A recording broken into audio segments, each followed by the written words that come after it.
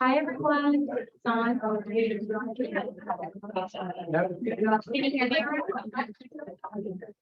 Yeah, you can hear me. Everybody, get your attention real quick. It's a microphone.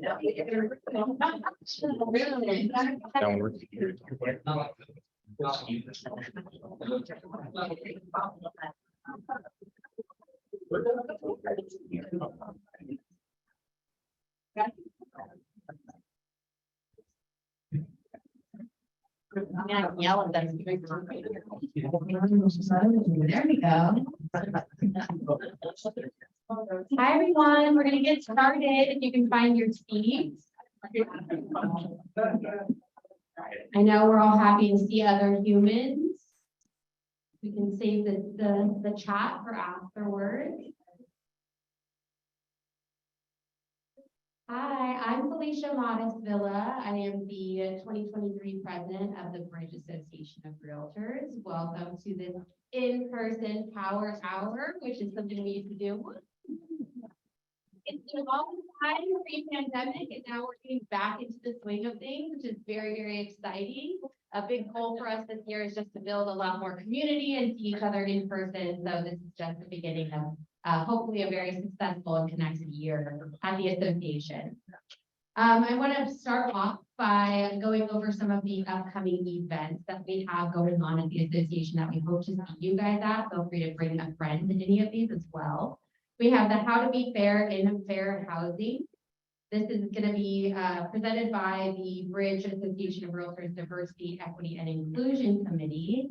That committee focuses on creating an inclusive environment for realtor and affiliate members here. If you're interested in joining that committee, you can chat with me or Lynn in the back there. Wave your hand, Lynn. We are always looking for new members to support that group. And they are throwing the How to Be Fair and Fair Housing in cooperation with the Definitely Fair Housing Task Force.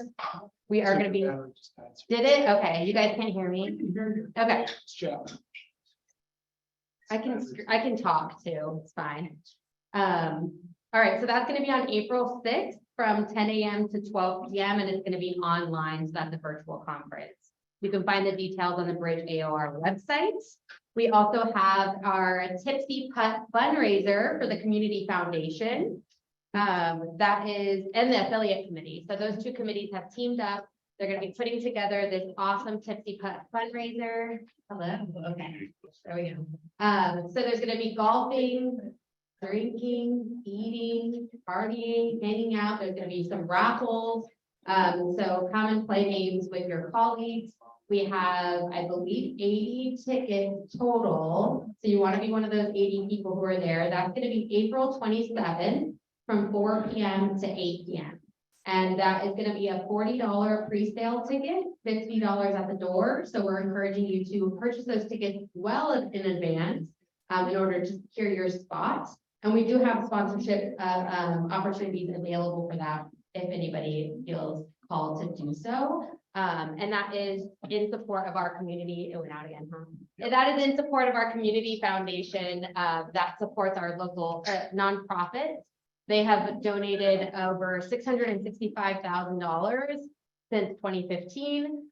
So we want you guys to come out and support that fundraiser. We also have the time of that 4 to 8 on April 27th. 4 to 8, and you can see all of the details on the Bridge website. Right. And then we also have Ledge Day. Woohoo! CAR is hosting that in Sacramento. That is the legislative day. It's an opportunity to meet with your legislators and kind of tell them, give them a piece of our mind on where realtors stand on certain issues.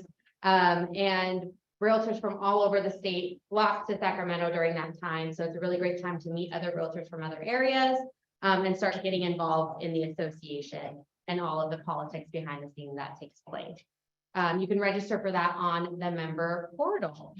Now I'm going to switch gears. We're going to bring up Jason Weiselman, who is our lunch sponsor today. Thank you so much for bringing lunch. He is with Draper & Kramer Mortgage, and I'm going to give him a few minutes to chat, and then we'll introduce our speakers. Okay, great, thanks. 30 minutes is all I was 5 minutes chat. Yeah. I don't even need this, because that doesn't work. You can take that one if you want. You can use your own. I can, if my wife told me not to. Well, okay, so I'll stand here, I'm comfortable. I'll be over next to my. Okay, so I'm Jason Laslin. I am a mortgage lender with Draper Creamer. We are the third oldest mortgage lending company in the country. We actually helped start the FHA. And I am someone with a very large toolbox. Needle to a jackhammer. You got a problem, I've got to solve. You may not like to solve, but I've got it. And I can solve some of the problems in getting these financed. And there are a lot of choices you can make when you're trying to help your clients get financed for ADUs. And there's some that are way too costly and very scary. Like if you got a HELOC, which some people did 2 or 3 years ago to build one of these, now they're paying 10% because the short-term interest rate keeps going up. So we're putting those people in cash out refinances. It's not so fun because they had it first, it was 3% 2 years ago, but aggregate 2 loans together, the payment's a lot lower, just makes more sense to spread it out. Got to look at the numbers, and I help my clients do that. And of course, I'm pretty schooled at this Dream for All California program. So if you all want to talk about that anytime after this meeting, come and pay me. I was a part of the team that helped create some of the guidelines, and I unfortunately know way too much about it. And that's why I can't believe I'm standing here and not back at the desk answering another call about this program. But a lot of you know me, a lot of you have seen me around. I'm always good to chat. Even if I'm not going to be your lender, I'm pretty helpful. I like to serve. I have way too much pizza I got, so feel free to grab, half a box, a whole box. Because someone's going to have to. I need it. I really like to take a pizza. Don't hesitate. And if you have any questions for me at any time, I'm always sitting right behind Warren. And I'm Jason Wiseman. All right, thanks.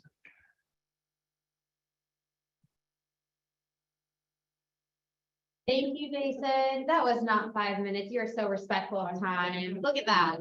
Always on time, right, Jason? Okay. All right, we have wonderful speakers today who's going to fill your cup with tons of information. We have Steve Edgerton, president of Edgerton and Associates and Adapt Dwellings, right here in the middle. And then we have Phil Barkman, closest to me, senior building inspector at Edgerton and Associates and Adapt Dwellings. And we have Michael McLaughlin, attorney at McLaughlin Sanchez. Steve Edgerton is the president at Edgerton and Associates and Adapt Dwellings. Steve has been a real estate broker for 25 plus years and has previously spent 11 years as the executive director and lobbyist for the East Bay Rental Housing Association. He has been a rental property owner and manager for 15 plus years and has developed, constructed, and consulted on ADUs since 2017. That's when I got licensed, by the way. So Steve also serves as an expert witness in real estate related matters. Bill Barkman is a senior building inspector at Edgerton and Associates and Adapt Dwellings. Before his current position, Bill was an Alameda co-building inspector for 20 plus years and an electrician for 35 plus years. Do you still do that sometimes on the side or? See at my house. Okay, don't hire him for that, but okay. Phil holds numerous inspector certifications from the International Code Council. Michael McLaughlin is an attorney at McLaughlin Sanchez. He has practiced law for 22 years and represents property owners in landlord/tenant disputes, tenant buyouts, and other real estate related matters. Who's always looking for those attorney referrals, right? Thanks so much, guys, for being here, and I'll pass it over to you. Great.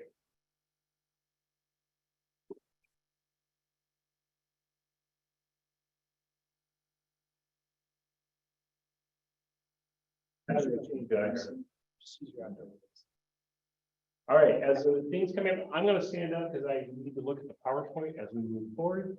So I apologize to people on Zoom that they can't see me, but Take a look at me. take a look at Phil and Michael. It'll be great. All right, so before we get going, thanks for having us. I've been a member of Bridge for quite a few years. I'm also the local government relations chair committee. We're always looking for new people. We get to talk about a lot of fun, interesting stuff. we joke among ourselves, we probably need to drink more as we talk about some of the stuff, but anyway, we're here to lobby the local government. Part of the things that we're doing is we've been lobbying on accessory dwelling units. So today we're going to talk about accessory dwelling units. Yes, I'm president of Edrings and Associates that have dwellings. We do ADUs. We can help your clients go from concept to keys. It's an interesting space, and today we want to educate you and help your clients make better decisions and help them be successful, because as a broker and agent, that's what you're doing, is helping clients every day. So that's my first slide. Stay here. All right, little disclaimer. The lawyer said we had to tell you this. We're not lawyers. The only lawyer is Michael here. He's not your lawyer yet. And I want to say something about Michael. I know a lot of lawyers, a lot of landlord-tenant lawyers. Michael's in the top 5 I've met. There's a couple other people with some friends that we know. Yeah. There's a lot of people, don't hire your friend's divorce lawyer when it comes to landlord-tenant. Hire Michael, hire a competent counsel. He's very good. I've been to trial with him. Michael's in Alameda County, got 12-0 in 20 minutes on a jury, which is very difficult. So, and then, so Michael has been started off in DC as a lobbyist, so he understands how the sausage gets made, and understands intent and all the things that you need to understand. So Michael, thank you. And Phil's been working with me 3 years, 4 years? 3 years. 3 years. Super experienced building inspector. He goes out and does all of our inspections on ADUs. They're all weird and different. That's what we found. There's no like two the same. All right, let's move on to the next slide here. Okay, so today we're going to talk about state laws. We're going to talk about local resources and updates. We specialize in conversions and legalization. Well, that's our specialty. There's a lot of shiny box in the back, prefab. We're not going to, we can talk about it generally. It's not what we do, but there's a lot of venture capital money in that space, and they're out selling that. And then we're going to talk a little about financing. It's gotten difficult, and I'm sure we'll get some other comments about that. And there's some nuances, and I call the craziness in Fannie Mae, Freddie Mac. So we'll get into that. All right, let's go on the next slide. Okay, next slide. Okay, so actually I have this out of order. Let's go to the next slide. I'm going to come back. I'm going to do this. So what is an ADU? An ADU is accessory dwelling unit. It's a zoning process. When we legalize something, we're going through a zoning process. So what's happened is the state of California said we need more housing. We are about 2 million housing units short. California represents half the housing shortage in the United States. So what the state has done is told local jurisdiction, if this applicant comes in and meets his checkoff list, you will approve them through zoning in 60 days. You can't send them through design review. You can't send them to the planning commission. You have to give it to them. You have to say yes in 60 days. And if you don't, it's deemed approved, right? So it's a checkoff list, okay? So when you think of ADUs, it's a checkoff. If you meet the checkoff, the city, county, local jurisdiction has to say yes. That means if you meet the checkoff. All right. It doesn't mean, and there's some misnomers here, it doesn't, you still have to meet the 2022 California building or residential code. You still have to meet the code, and that's where the rubber meets the road, and people go, oh, that's what that is. ADUs is a zoning process only, okay? So I just want to make sure it's ministerial, meaning it's a limited process. There's times that you need to do a full zoning process. Design review, back over to planning commission, all the neighbors get to come out and throw rocks and stones at you, and you get to redesign your project 5 times before you get yes, right? That's a different process, and that kills a lot of projects. CEQA, planning commissions, it can take years to build a 400-unit building, years. So what they're trying to do is streamline the process so you don't have to go through the process like a big developer. All right, let's go back. Okay, so there's options for single-family homes, and there's options for multi-family homes. We've had ADUs on the board since the 80s. State of Oregon has them, state of Washington has them, but they mostly have been centered around single-family homes. In-law unit, granny flat, pick whatever name, it's still ADU. Then there's ADUs for multifamily, and there are a different set of rules. And the reason why we got into the game of ADUs is it allowed a path of legalization that didn't exist before. We go, they made this rule. Give you an example. Somebody has a fourplex, had it for years, have an illegal basement downstairs, want to convert it. They go to the city and the city would say, hey, you need another parking spot. And your building is not zoned for it. No.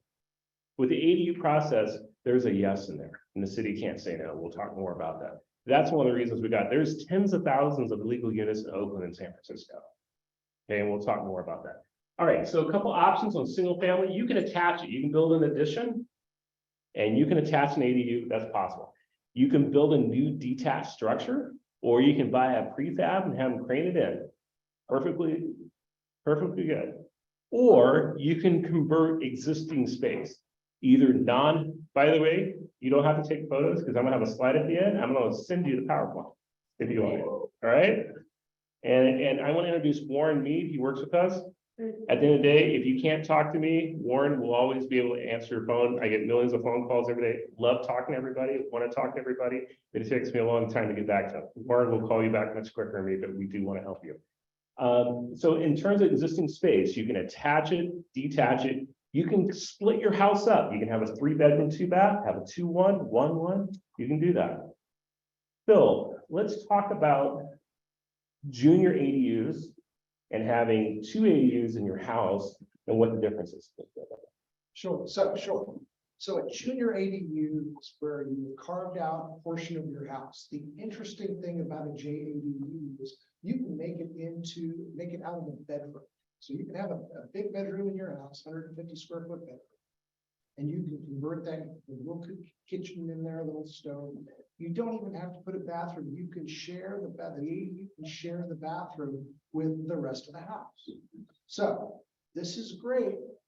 Unfortunately, it's owner occupied. So the owner has to be living on the property to allow this to happen.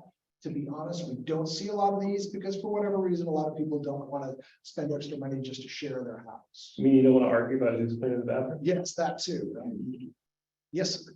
I have a question. So, hold on for a second. So we're starting late and I'm going to take all your questions.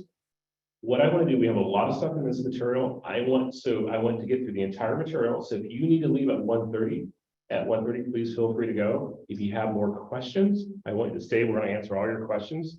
And if we can't, I'm going to have you email Warren and we're going to answer your questions. So I will get to every single question here. But if I stop, the people at 1:30, hey, we're 2/3 through the program.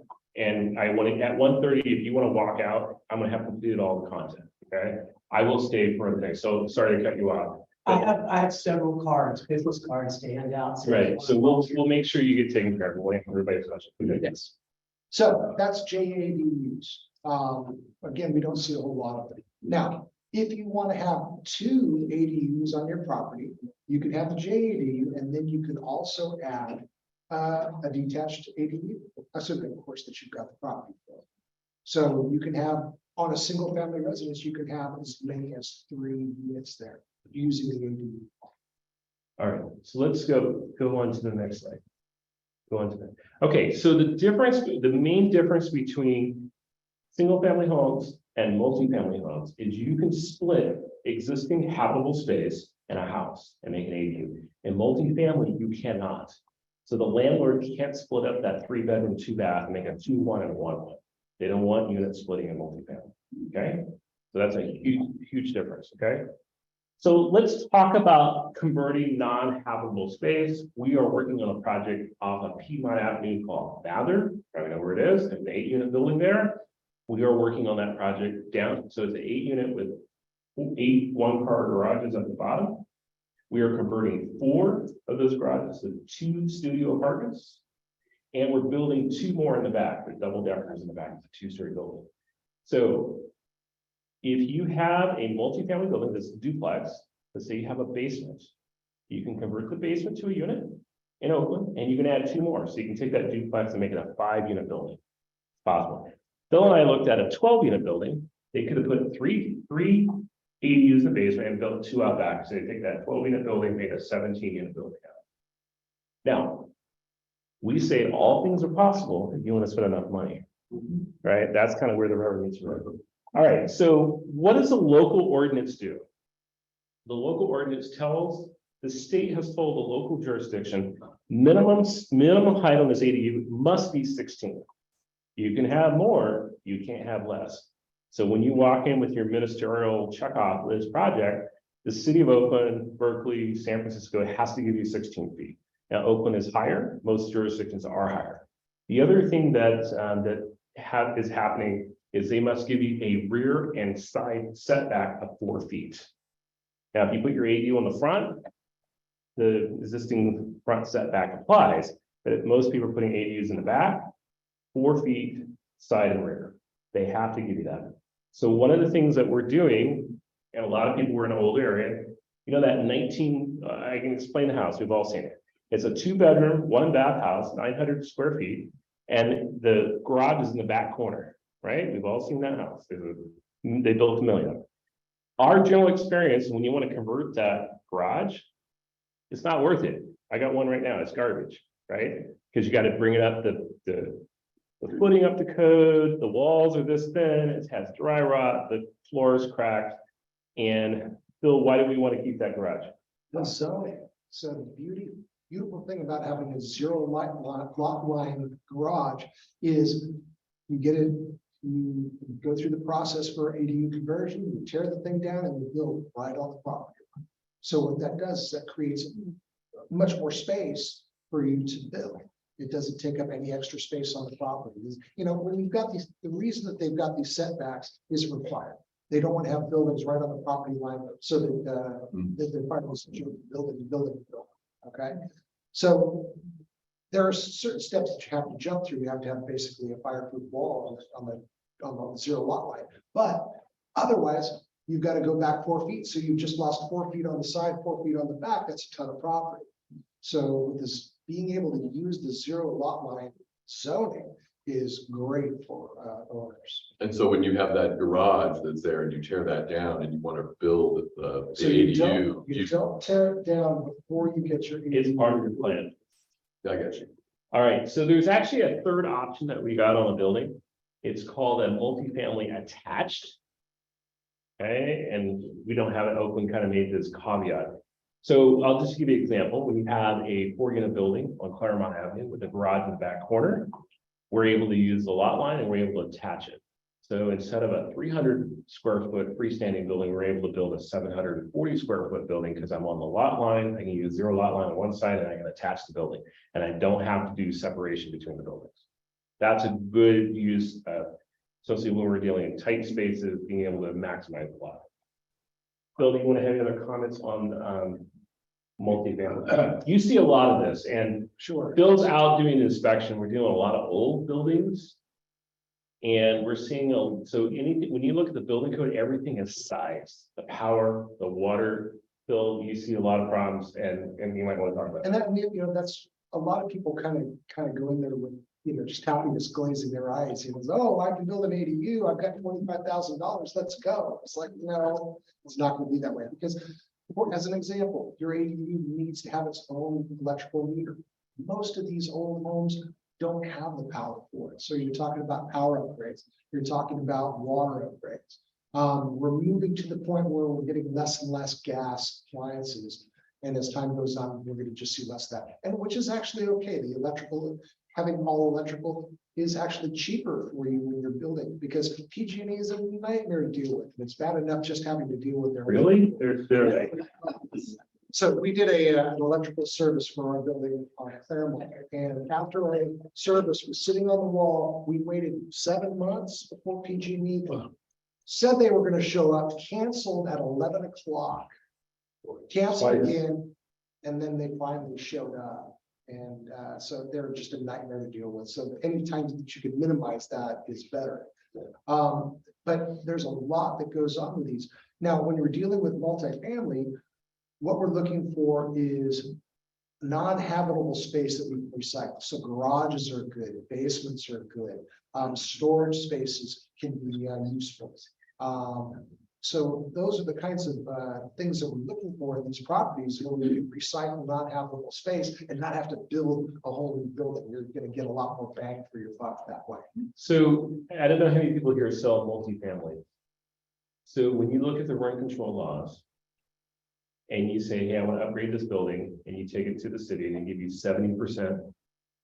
Let's say you spend $100,000. City's only give you 70,000 over the useful life of the property at a very small, low interest rate. Doesn't make a lot of sense. Landlords tell me I only do it because I have to do it, right? I got to put a roof on because they have to make sure that it's watertight. But when you start looking at adding value and talking with your clients, hey, if I have a great space, I can put an ADU. I'm exempt from Oakland's local ordinance.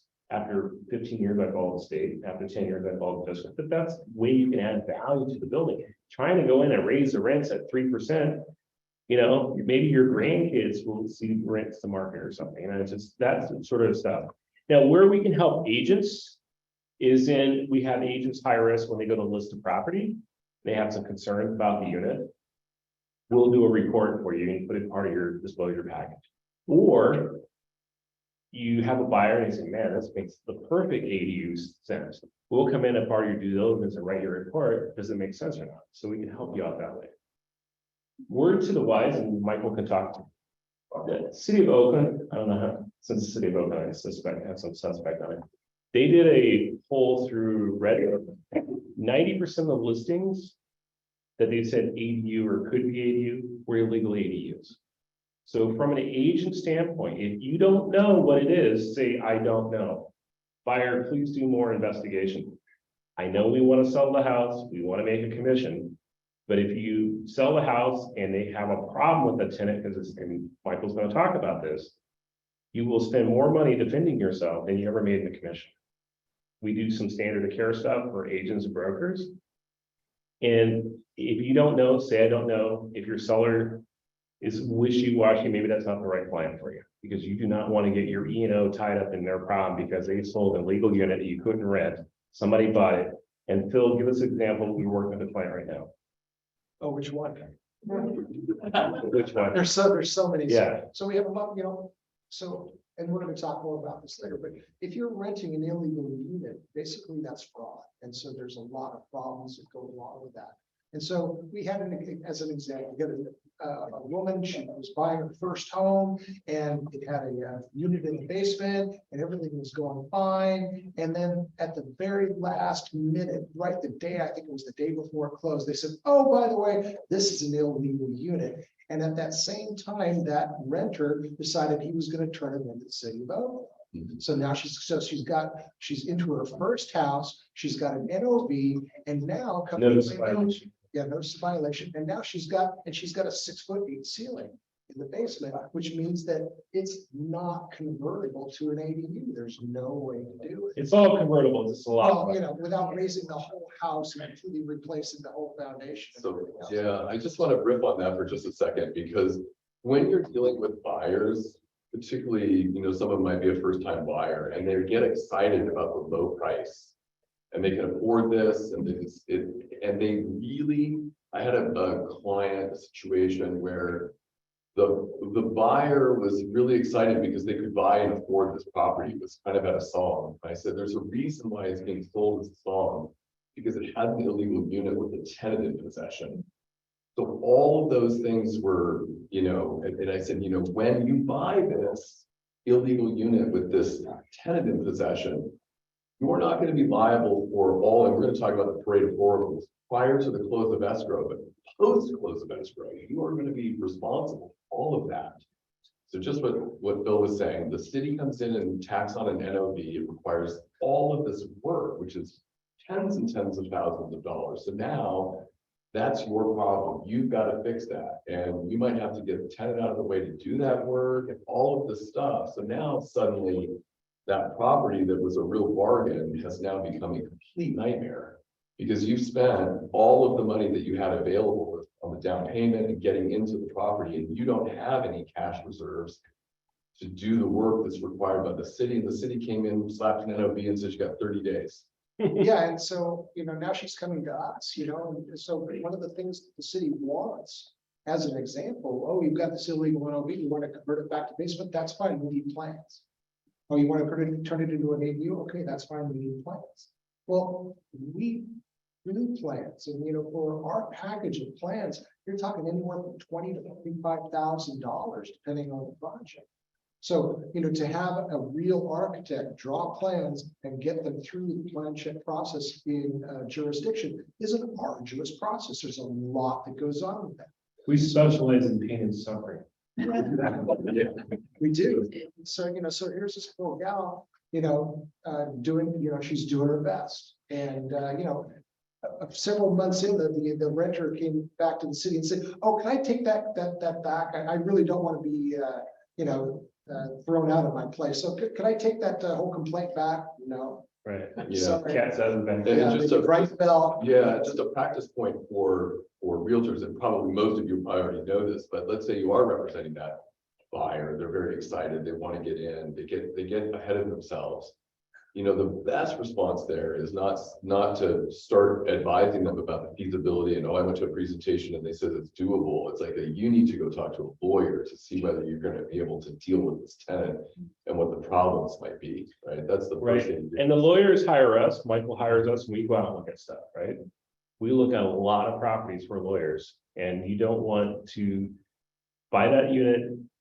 So we do expert witness work, and we go and explain to the juror what the uncommon things are, right? We work for tenant lawyers, we work for landlord lawyers, we work for everybody.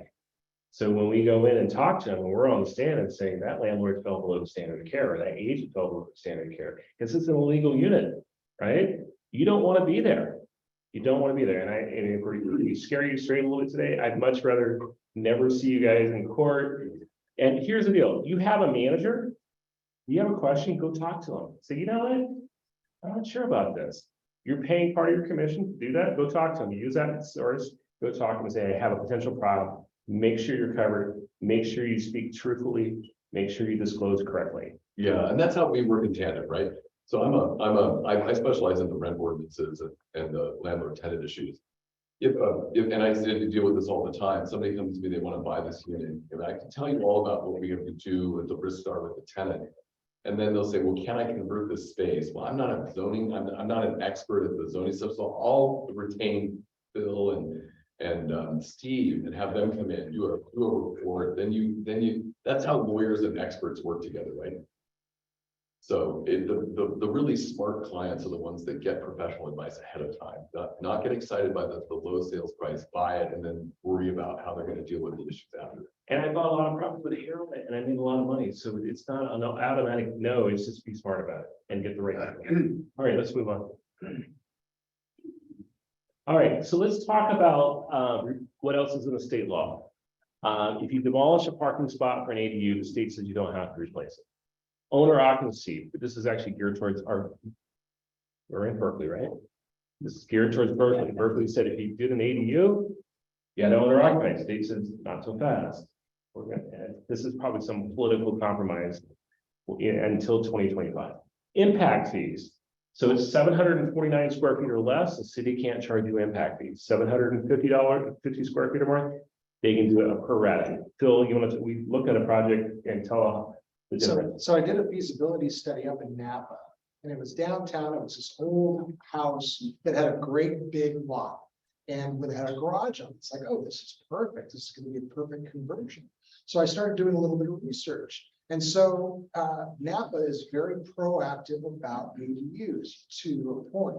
So for a 749 square foot ADU, the building fees, permits, everything from the city, all the costs were under $7,000, which is a deal, okay?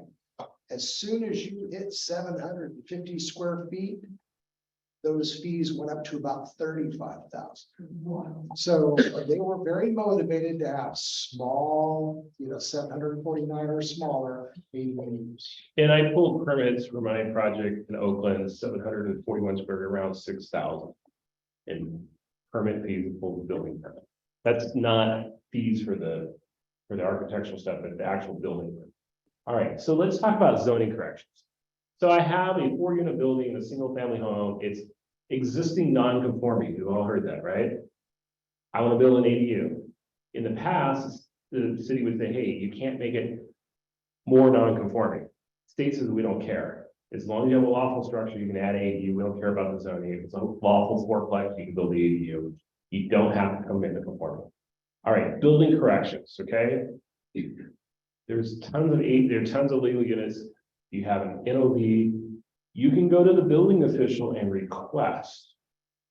The word is may, give you the thing, not shall, may. And you can request delay and notice of violation. I think this gets in some weird legal ramification. We're actually talking with the city of Oakland now. They actually called us and said, hey, we're doing an amnesty program. We want your advice. So we were like, fell off our chair and the city called us. And we're encouraging municipalities to have an amnesty program. Let's have safe and decent housing. Let's be smart about it.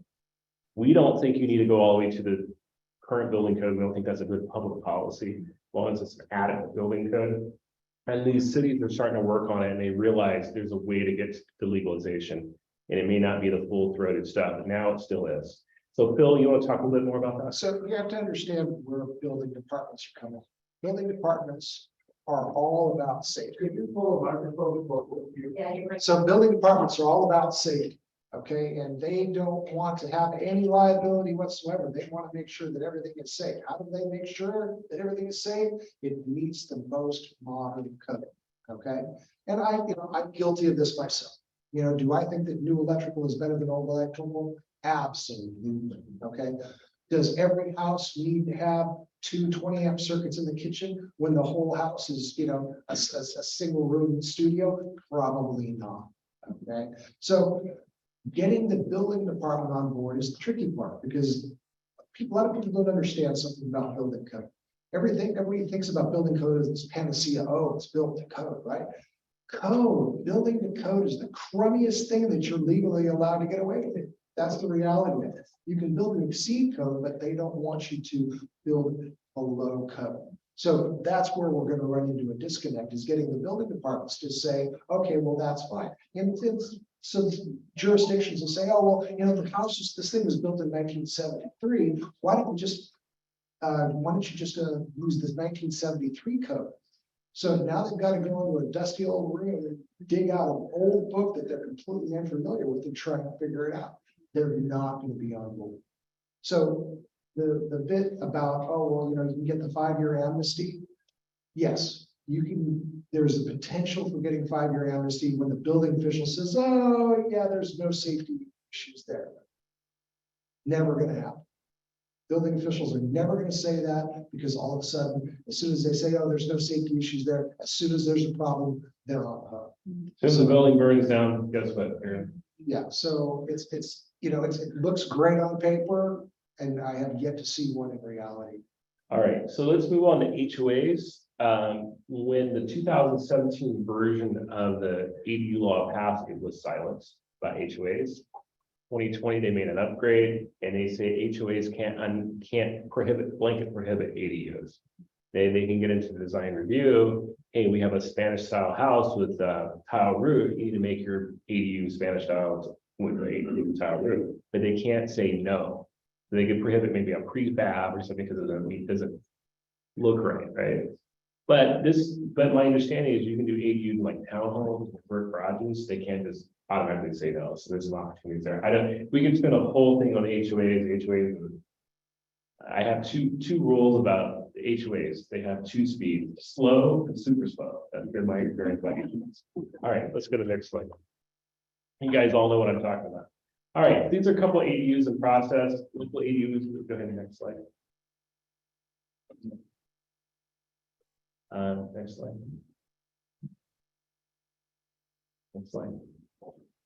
Okay, this is actually a garage conversion. It's actually completed. This is in Pacifica. 10-foot ceilings. Completed this for our clients. Turned out really nice. This person was a musician, and they were saying, I'm getting ready to retire. And they're actually going to end up living down in ADU and renting out their house upstairs. So there's a lot of financial reasons why people do it. And it turned out parts of it turned out nice. There's other parts that we didn't have anything to do with it. We're like, that wouldn't be our thing. All right, go ahead. Okay, building code. So this is where it gets sticky. Zoning says that's great. Congratulations, we've approved your ADU. Go over to the building department, and they're going to send your plans over to the plan checkers, and check your plans and make sure you have follow the 2022 building code. So issues that we have are ceiling height. So you have to account for fire and sound. And I want to go back in the building code about, we've all heard of 1906 San Francisco earthquake and fire, right?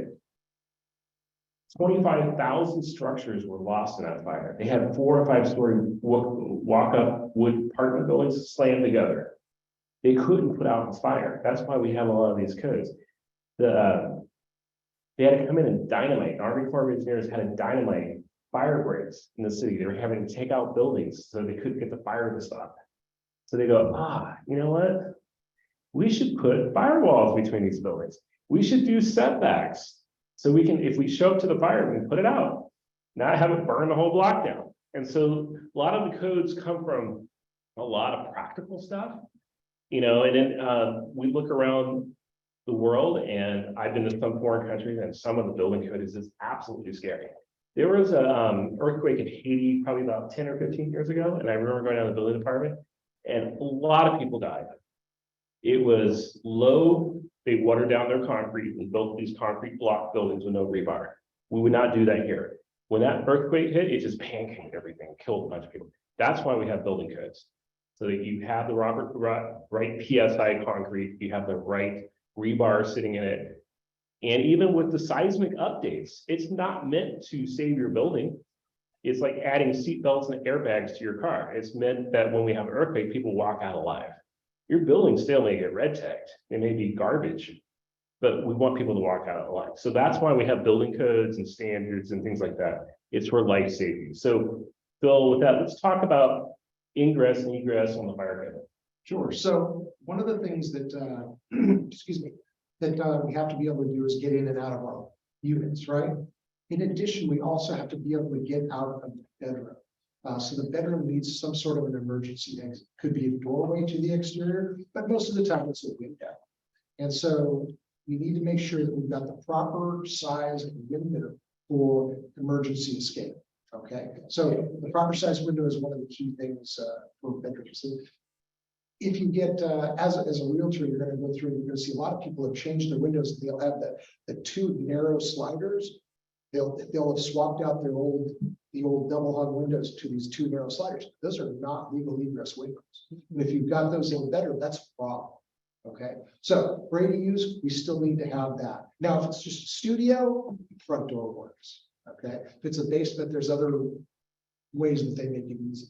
So other things that we have to have a problem when we're doing basement conversions, such as this one right here. This one behind those cabinets there is a retaining wall. So basically it's built up against a hillside. That retaining wall has to be fully waterproof. So when that retaining wall was installed, part of the construction of it was on the dirt side, they put in waterproofing so that there was no way that moisture was going to come through that wall. Moisture will move through concrete if it doesn't have some sort of water barrier or vapor barrier, which is another problem that we run into with garages. Most of the time, your garage slab floor is not built as habitable space. What did they have to do to fix that? They just needed to put plastic. If they'd have put crushed rock plastic and then poured the concrete, it would be perfect for habitable space, but nobody does that. So you want to convert your garage, you have a problem. So being able to figure out a way around that is tricky. And most of the time you're going to end up tearing that garage slab up and replacing it. There are some coatings that you can attach on the top. But you know, so that's just one of the hoops that you need to jump through. So in addition to the vapor, we also have to do fire. So you have to have what's called a 1 hour in the ceiling. Basically, it's in between the 2 separate living spaces. So we got an ADU in the basement, we got a single family home upstairs, right? That ceiling has to be fire rated. So typically that involves another inch. So that's you're going to reduce your ceiling height by about an inch. In addition to fire, you also have to have sound. We don't want to hear the clogging practice upstairs, right? We want to be able to limit the amount of noise in between the units. So that's going to add another 1.5 inches, 2 inches. So if you walk into a space and you want to convert it and you've got a 7-foot ceiling now, that's going to be a problem. Now, ordinances differ. In Oakland, you can have a 7-foot ceiling and be considered habitable because that is the way it's written in the California residential code. San Francisco is a little bit high and mighty. They don't recognize the residential code. They go out of the building code only. So in San Francisco, minimum ceiling height is 7'6". So jurisdictions differ and they're allowed to do that so long as they make a good excuse that nobody checks. So Phil, this is actually one of my projects in Richmond I did. So this had a tongue and groove ceiling and we added sound rubber blocks and put it on the hat channel and then put Type X 5/8 sheetrock, did all the sound work, did all the firework, and then we had the beams. We said, what do we do with the beams? Well, you can sheetrock the beams. I'm like, oh, no, we'll do what they can. We put intumescent paint on those beams, fireproof paint on that beam. Now, it was the first time I spent more in the engineering part of getting the sign off than I did on the paint or install. So those are trade-offs that you have to make. But this is the project we did. It turned out beautiful. But yeah, Phil's right. Waterproofing is a problem. We worked on a property off Sunkist. It was on Michigan Avenue. The basement was, the downstairs was leaking. And so we hired a soils engineer and he explained to us, well, there's only one way to fix this, dude. It's put a French drain 1 foot below that bottom floor. We dug a 12-foot deep ditch, 3 feet wide, had to call Cal OSHA, put in shoring, and and I spent like $7,500 in drain rock. It was massive to get that thing not leak. So sometimes the waterproofing thing is something that you got to really think about, especially around like hillside construction. And and they cut this hill, they cut through streams and all the things that they do to put this house. It may be fine as a garage. We don't care. I'm parking my car down there. It's a little wet on the floor, big deal, right? When somebody's living there, there's a whole different thing. And if you've got enough ceiling height, we have workarounds. When you're dealing with a minimum ceiling height, that's always going to be problematic. Right. But if you've got an 8-9 foot ceiling, there's workarounds that we can do Right. that we can get around that. All Much right. less expensive. Let's go into the gory slide next. Michael. All right, so let me just put it on record. Don't rent illegal units, period. That's the simple version. And I have people call us and they say, it was a house and I have a certificate of occupancy and I want to convert that third lower unit, like you're in the hills or whatever, to an ADU. You need a separate certificate of occupancy for every unit. You just can't have one for the house. It needs the house and its ADU. And when you do that and you say, Susan always talking about, right? I know I've been doing this for years. We've heard it all. I won't mention any names. A lawyer that we do business with works for a major firm, does landlord tenant stuff, called me the other day and said, I just bought a house and code enforcement's after me. I said, what'd you do? He said, oh, we're putting this illegal unit in. I said, you know better. I said, where do he said, send me the contract, get Phil out here, let's do that, we need to draw plans. I just said, I can understand a layperson not knowing, but you, can you tell us how we work for you? It was a funny conversation, he's like, you're right, a copy. So I didn't even respond to that. So I was on a lawyer yesterday, and I said, the spectrum of bad human behavior is never ending. Every single day of my life, I see people like that doing these crazy things. And you're like, why would you ever do that? Especially when you know better. Right? But it happens all the time. And generally my approach to people and their problems is most people's problems arise from a mistake. People are generally well-meaning. They just either don't know, or it's kind of rare when you get somebody who should really know better, who just like, I had to laugh. I had to laugh. Complete scofflaw. Most of the time that I see this is that either somebody bought the property and the problem was already there and they didn't appreciate the significance of it, the problem, or that it would become their problem and so on and so forth. Or what happens more often than not is somebody's under financial distress. And so they go in and they don't check with anybody because they're $500 short on their mortgage payment every month. They've maxed out the credit card. It's now an option of I'm just going to rent the space downstairs, or I'm not going to be able to make my mortgage payment. And so it's people who are under some sort of pressure, they're not bad, they're not malignant people.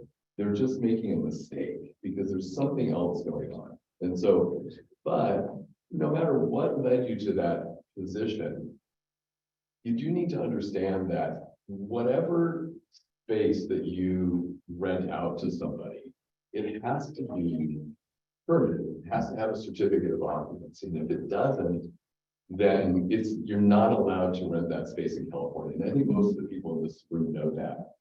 You also, and if you do, or you buy a property with that problem existing, you're actually not entitled to charge and collect rent from a tenant who's in an unpermitted space. So the whole eruption of this issue usually comes when the landlord and tenant get into some dispute. More often than not, the tenant didn't pay the rent. And the landlord comes to me and says, I need to get, they haven't paid rent in 3 months.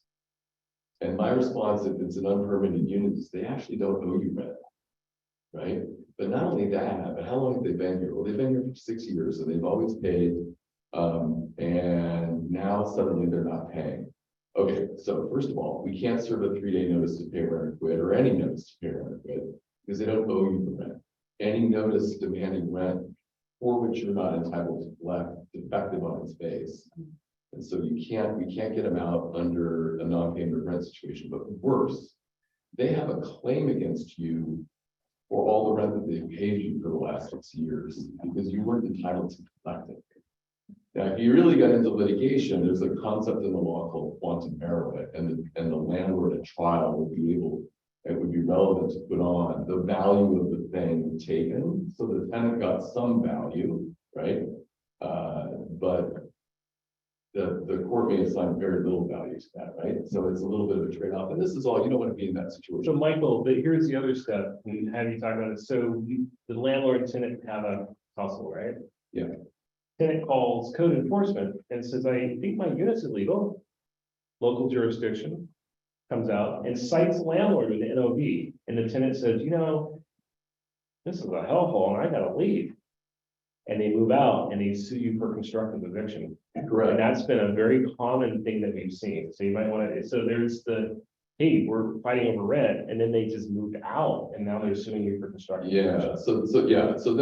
so then there's the parade of horribles, right? The first battle of the war is over non-payment of rent, right? And then you open Pandora's box because you realize not only do they have a claim against you for all the rent that you've been collecting, but if you were the one that put them into possession, you are now open to a fraud claim because you made a material statement that this thing was fit for housing when it's not. If you knew that it wasn't, then they relied on it reasonably because how would they know? They're a residential tenant. They're not charged with going down to the building code and pulling permits and so forth. No residential tenant did.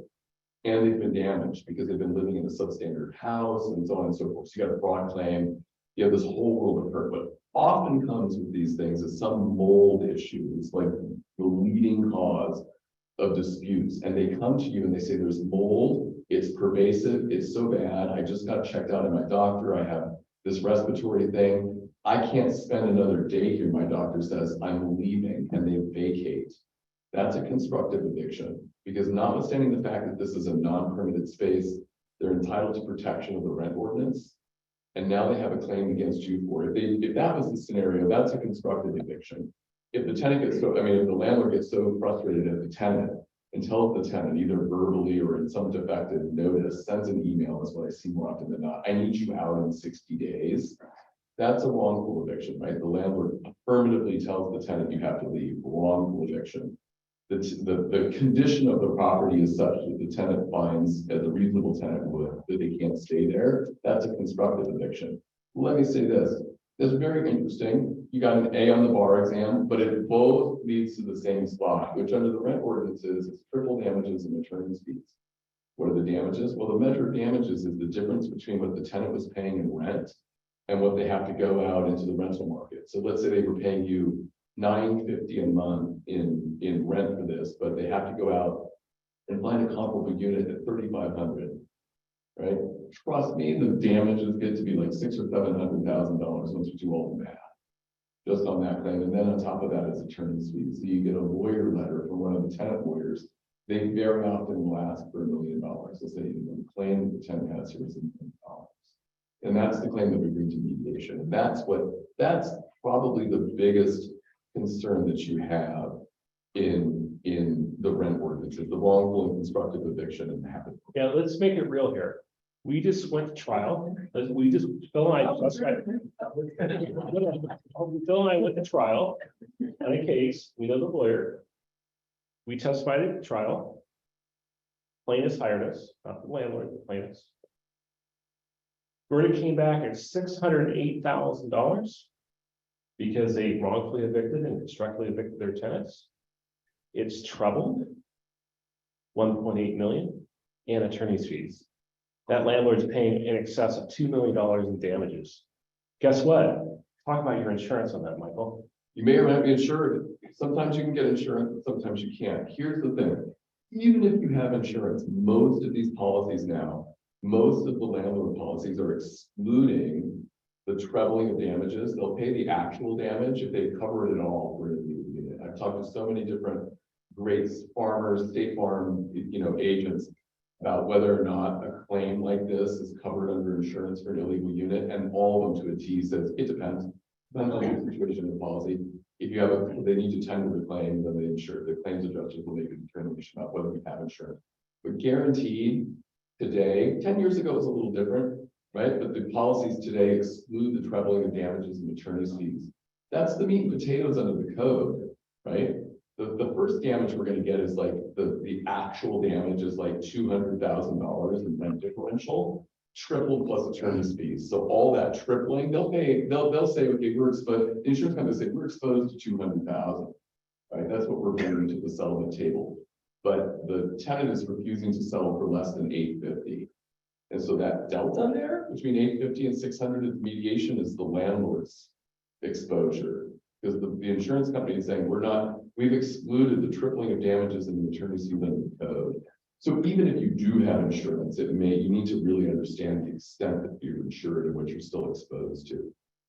Number two, I think it's the most important one. How do you go? Yeah, well, we'll talk about it. We want to get to the parade of horribles here. It gets worse. It gets worse. Well, how do you deal with it? How do you get them out and deal with the whole situation? That's where it really is bad. But you're agents and brokers here, right? You don't want to get in the middle of that, because if they were a smart landlord, they're going to countersue you and get your carrier at the table, because we got $2 million to pay here. Are we come after your policy, your Hey, you told me that this was great. I relied on you, right? You don't want your there, right? So that's why I'm saying it's very, very important that you disclose correctly. And if you have clients, we worked on another case.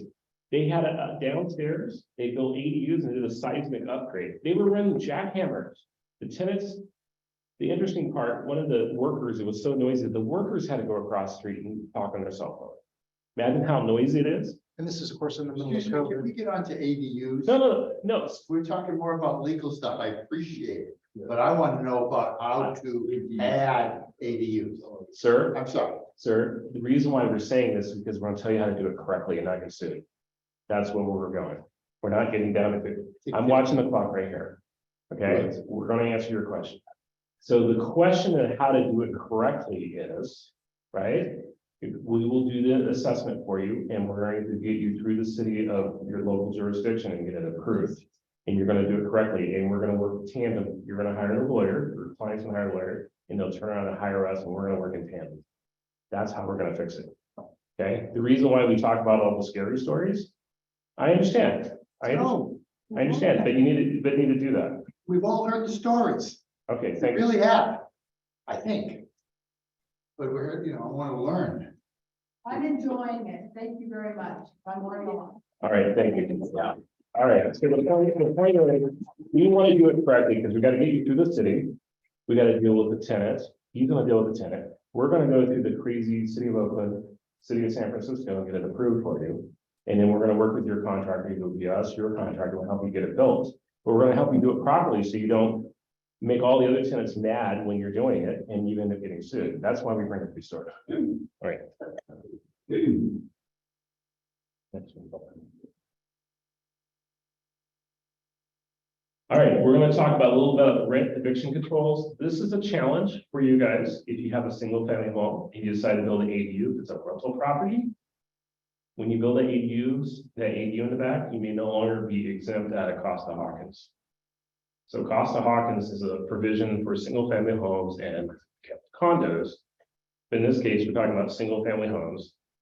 And building the ADU may lose your exemption out of the open rent control. So you may be, so I'll give you an example, 1940 house, you've been renting it, 3-bedroom, 1-bath, rental property, you build an ADU, you no longer, the ADU might be exempt, that house probably is not. So you got to think about that as you move forward. All right, go ahead. All right, so we're going to talk about financing. You can jump in here. So let's talk about financing when we're, because what does it take to build an ADU? Money. All right. So cash out refinance. I have a 2.875 fixed. Wow. What are rates on now? Yeah, in the mid-60s. Yeah. And for cash out refinance. But we look at it together. No. HELOC is 400 grand, you're paying, 2,500, $3 grand a month. We can just look at the payment. It makes more sense to do it, you do it. Right. All right. Home equity line of credit. And when we go into recessions, what do banks do with their HELOCs? Hike them. They hike them, but they also say no. They also freeze them. Freeze them. Yeah, I've had that happen. yeah, me too. How'd that happen? What's that mean? I'll just give you an example. I wrote a check on my line of credit. It was a Saturday. I got this letter in the mail from Citibank. They said, we froze your line of credit. I called my buddy and said, I got 8 credit, I pay on time. What's wrong? He said, they ran out of money, Steve. And they're conserving cash. So I ran down to the bank, covered it, went to United Commercial Bank, you heard those guys, got another line of credit, checked out all the money and put it in my savings account, and the bank went bust. And if I had my line of credit, they'd cut it. So that's what happens. They get very conservative and they'll shut down your line of credit. Can I ask you, just add something real quick, Sure. sorry.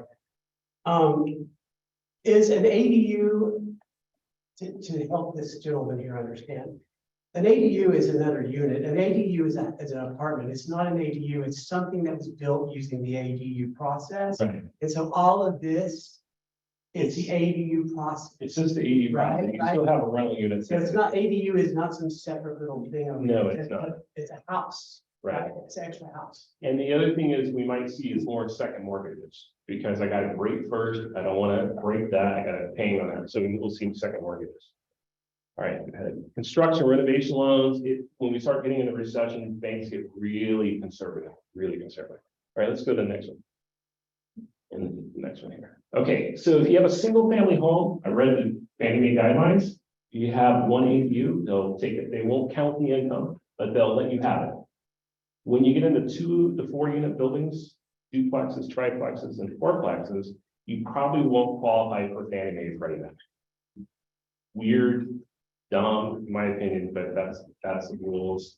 Because most of these programs, when you're using them for building, they'll only do it on single family, they won't do it on a multi-unit. Right. So you have to find a construction loan that will allow it, but right now, that's very hard to find. Right, and you're like gold in this market because you can take them to other lenders, like portfolio lenders. Couple of portfolio lenders that I'm sure you're taking are no longer around, Yes. are not doing well. There are portfolio lenders that will do it. But the challenge is if we want a 30-year fixed, that gets hard to find, or you pay a lot of money for it. All right, 5 unit buildings, they don't really seem to care. It's a debt coverage ratio. How much cash is the building earning? And they're going to base on Currently, that's the problem, right now. not future. Not future, but currently, so it really has to cover the cost, to be able to, you don't have a lot of equity. I just did one of these. Yeah, but I'm saying commercial loans, it's just more of a, and it's really hard to get 30-year. There's some 30-year fixed. 25 is the. Yeah, they used to amortize over 25. Freddie Mac will do some, but it's hard to get a 30-year fixed or a 25-year fixed product. Okay. And by the way, just a side note, and then we're still on time. We're very unique in our country. I was talking to my Canadian friend, they don't have 30-year fix, they have 25 maybe. Oh, some have only 5. Right, and so the 30-year fix comes out of the depression, and it's very unique to the United States.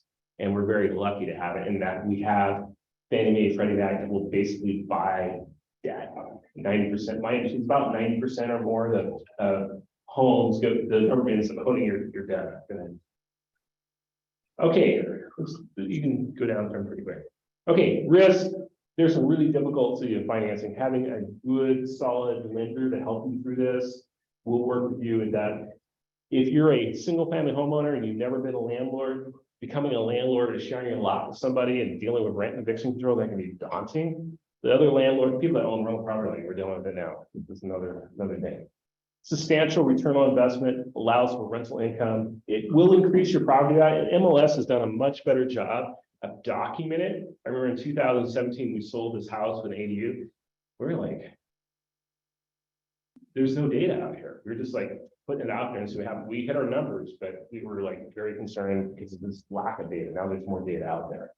Increasing your profit value, increasing your housing supply. It's really hard, even in San Francisco, to build a large apartment building on a vacant lot with the right zoning.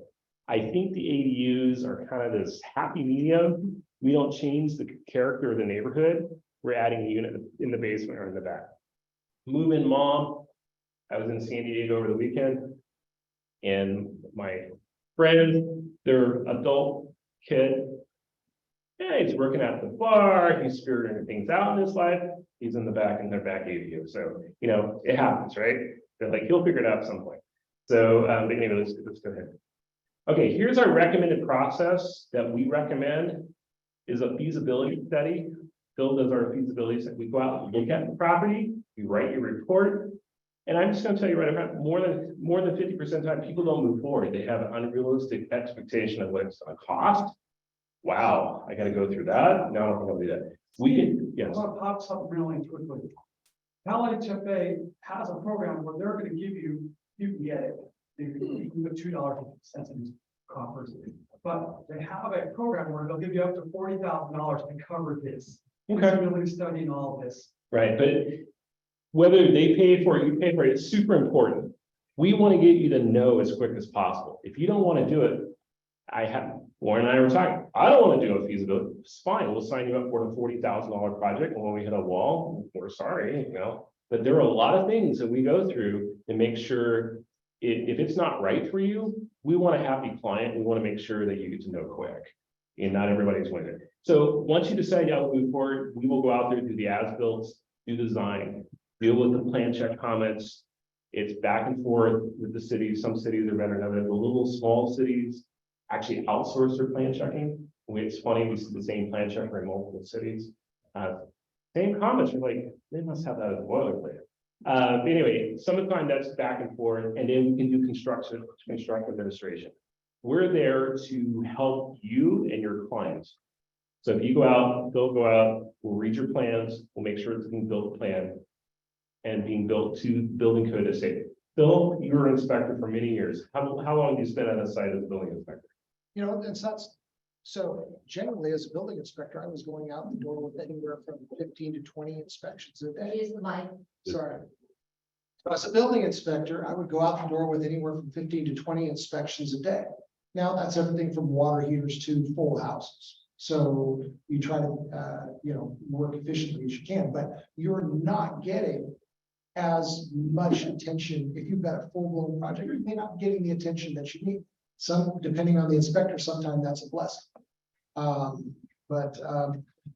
There's so much nuance, there's so much going on, there's so much complexity on plans. Many times building inspectors don't have the time to do it. Nowadays, especially since COVID has hit, most building departments are very, very deficient of people. They're very understaffed. And so those guys are walking out with 30 inspections a day, which is an unreasonable amount. Basically, they're going out, go like this, and they sign it off. And that's all that they have time to do. So having a private inspector gives you better assurance that you're actually getting what you paid for. Yeah, so I mean, we joke that if we had a notice of correction and we wanted to get them to re-sign it, we would call on Friday on the 3-day weekend and we always got to sign it off. So that's just, hey, they got a ton of inspections that day. Boom, looks fine to me. I'm out of here. All right, let's go. to that next slide. Okay, here's our team. We talked about it. Been in the real estate business a long time. Also a licensed contractor as well. So we've been doing it a long time. So let's go to, here's our contact information. I'm going to go to the next slide real quick. Warren, raise your hand. Talk to Warren, if you need a card, we'll get it. And if you want to copy those slides, you're going to get a copy of the slides. So it's 20 after. I'm going to take questions. We're done with the presentation. And I'll take questions until you don't have any more questions. You had your hand up first. Let's go with you. Yeah, the question. So the owner occupancy rate is Hold on a second. I had a question about the owner occupancy. So I don't know if this is right, so I heard, and again, whether you're right. I believe it's like 70 owner occupancy, that if you're a trust or if you're some sort of nonprofit, you're exempt from owner occupancy because of ADUs. Have you heard So anything the about that? only owner occupancy that's required on ADUs is for a junior ADU. Yeah. So all the other ADUs do not require owner occupancy. So if you do have a junior ADU though, and you put up your trust, would that be a way to? There is some exceptions there, not 100% on. It's, in the problem that you're going to run into, it's very likely to be each cities. Okay. Yeah, so I think it comes down to sharing that bathroom. That's what I just 2 tenants sharing a bathroom. Yeah. It's gonna be. I can see that argument coming. Right? Thank you for today. What does it cost to do a feasibility study? Sure, they run from about 1,900 to 2,900, depending on the complexity. We get out on some big multi-panels that was putting on a lot of figures. Phil's an electrician, and Phil and I were talking. I think he's ruined by looking at a normal house. He goes in and sees all the problems. So, but the point is, we want to make sure that we're thinking of like electrical. I'm going to do electrical upgrade. Water, we were getting East Bay Line, dealing with them. That's a long time. And there's everything's sized in the code, and you need to make sure that you have enough power. The other thing I want to talk about on this ADU that we're doing, we have a washer and dryer, we have an electric stove, we have a mini split system for the heat, we have an electric hot water tank. We want to put a charger for a car. Guess what? The power requirements for all that. Phil, you can talk about that. It was like 150 amps For the ADU. for a 1-bedroom ADU with a car charger and electric appliances was very close to 150 amps. Was it 2035? We have mandated California all electric cars. So as a property owner, what do I want to provide? You know, drive up, plug in your car, right? That's a huge thing, right? Most tenants would love to own a electric Prius or a Model 3, Tesla or whatever. And it's, you really want to go to a supercharger with them, you need to try to charge them. I know. Who else had a question? I did, but she asked. Oh, okay. But my question was also, what's the turnaround time? So I have a listing and I want you to turn out and do a feasibility test. My seller agrees to that. And then seller, like, let's say we want to add one to our disclosure package for somebody. Because that's a great selling point if you have that. What's your turnaround time for the report? First of all, when you talk to us and you say, hey, this is what it's for, and you need to tell us your deadline, usually about a week, turn something around, depending on what it is. The challenge that we're having is we have to do like that garage. We need to find a permit for that garage. We may end up giving you an incomplete report to start with because we're waiting for records from the city. And so, Phil, you can talk a little bit more about that. Yeah, city records are very important. Finding out things that, for example, let's say we want to build it, want to build a new garage. Well, we don't know if the garage is legal. Now, there are places that we can look at. Over public title, reports that you can get. I'm sure you guys all look at those. That will tell us about legalizing buildings. And usually that information is coming from the assessor's office. So, and also FYI, as a real estate seller, if we're not sure if it's a legal ADU or not, look at the older public title. It'll tell you how many units are there most of the time. If it says 1 unit, that is not a legal ADU. It's not always accurate. We were small, 11-unit building and full of Republic that showed 6 units. Somewhere along the line, the building had been cut up into more units. So we went down and got a 3R report from the city of Oakland and it showed 11 units. So before we went out to market, we didn't want to have to sit there and go, oh, by the way, fire, it's 6 units and we say it's 11. We just didn't want to have that argument. So no, here's the 3R report. So, all right, other question? Yeah. No. Let's say, I'm sorry.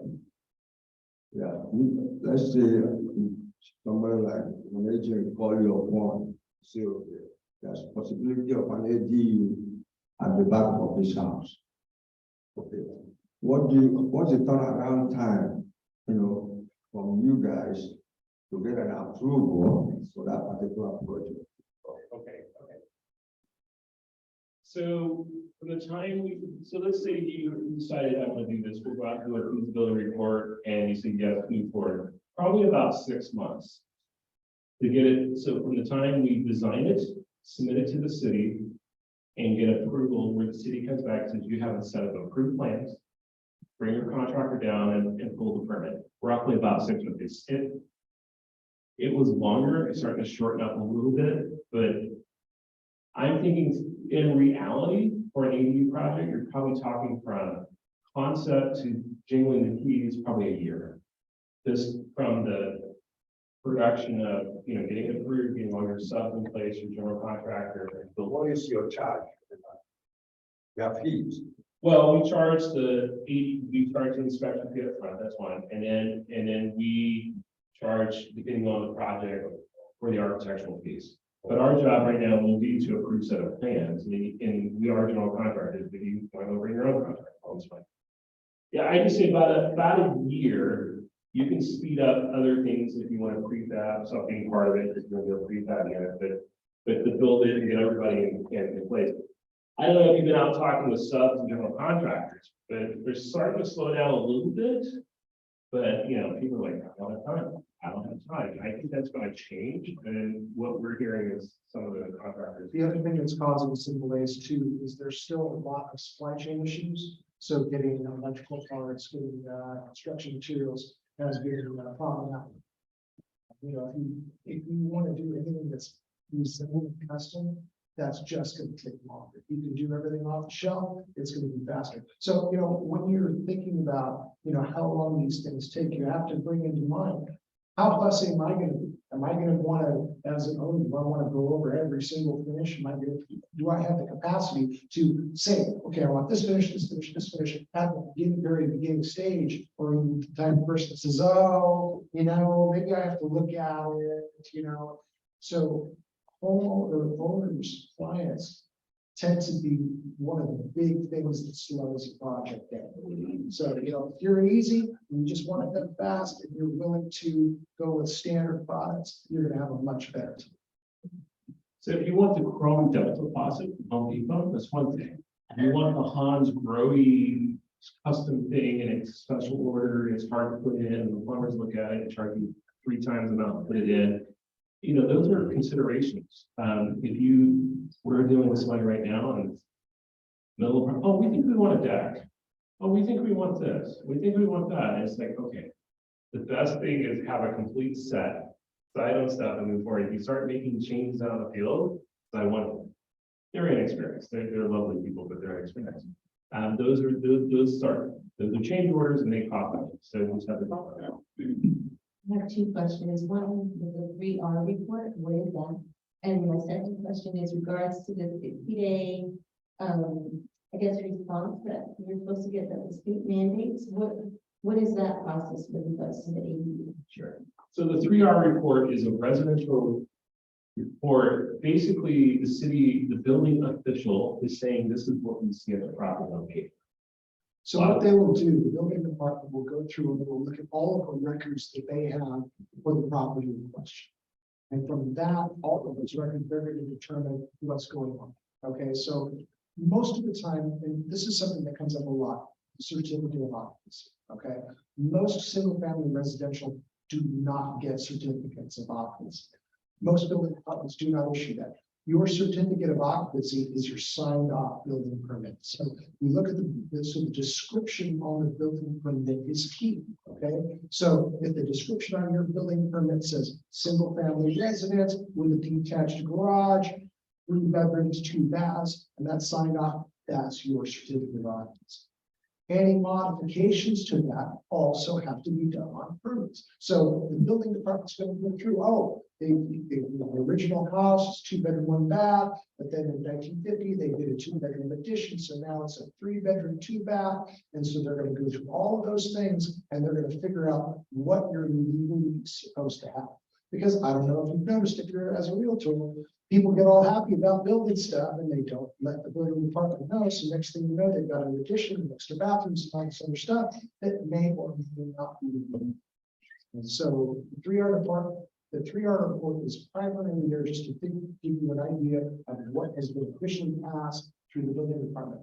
Last note on if you get a permit to do this addition and it doesn't get signed off, guess what? It's not legal.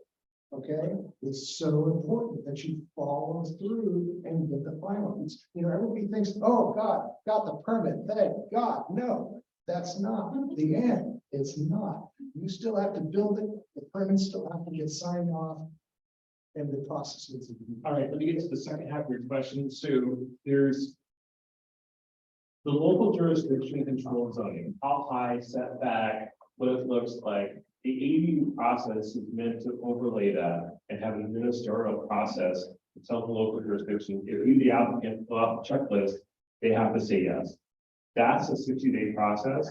If you submit it, meet all the timelines, and they don't get back to you, it's deemed approved. I recommend you wait for the city to get back to you because you're gonna have to fight over the cooking open and taking a lot of fighting. But so some processes in the city jurisdiction will go through zoning and building. So you start from zoning, they approve your process and they stamp it off. Then you go over the building and then you go over the fire. So in both of them, you're going to look at multiple steps and they're going to look at it. Everybody, and the plans are going to search that. That's if you don't have a notice of violation. As an example, I was in San Francisco with a client last week or last Friday. So he was just going to change his garage door. That's all he wanted to do. Was just put a garage door. He changed it. He put in 2 swing doors and narrow the door. So he got a notice of violation. So first we had to take our application up to code enforcement. They said, no, you can't do that. You can't do that. So he bounced through 5 departments over 4 hours to change a garage door. Steve, we got one question, online question, and before people sign off here, I hope we field it. How can you convert basement space to an ADU? In most older buildings, the slab wasn't built with a vapor barrier under the slab. Doesn't that cause a code problem? Yes. So what about ceiling height? Yes, it does. So ceiling height is going to be key. If you've got tall ceiling heights, mitigation can be done on the floor. You can put a raised floor in. There's other options besides tearing out the floor, but it just strictly depends on the ceiling height. Right. And so let's talk about there's easy solutions with hard solutions, right? So the best solution is to tear up the floor, put the gravel in, the vapor barrier, put the rebar in for it, right? But you may be able to do a topical solution with an epoxy paint base. Okay, there's different ways of skinning the cat, so to speak. So it's part of the process. We'll have to propose a process in the plans to the city. All right, I hope that answers your question. It's more complicated than it means. It's not easy. All right, there's a question back there. If you have a property of my wife that is a duplex on the tax records, but it's clearly not up to code. And there is no certificate of occupancy because of the whole old building. Is that something that they can rent or can they not rent it out? Yeah, if you have a question about what it is, you can go and get a 3R report, and they have historical records go way back. Sanborn map with an insurance company, and I would go with the 3R report if you have a question. Madison City, it's an environment. I would start there. If it's not, I think most likely it. All right. You have a question? I have one. Is it possible to get our mechanic for Oakland online? No, we got to even more, it takes, You can order it online. I think you can, Cost money. like $4 or $5. There's like $250 for the 8 for 5 cents and like 500 for the 4 cents. For the yard. Yes, sir.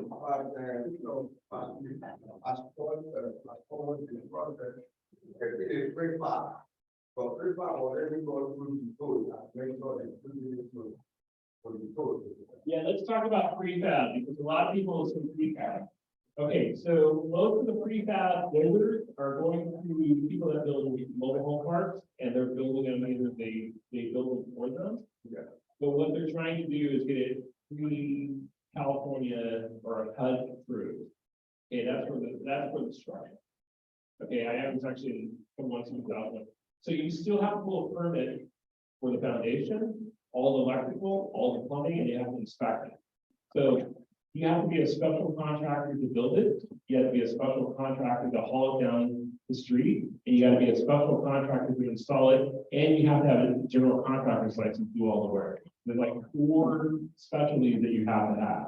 I was at a place in Berkeley, it was 250 square foot studio.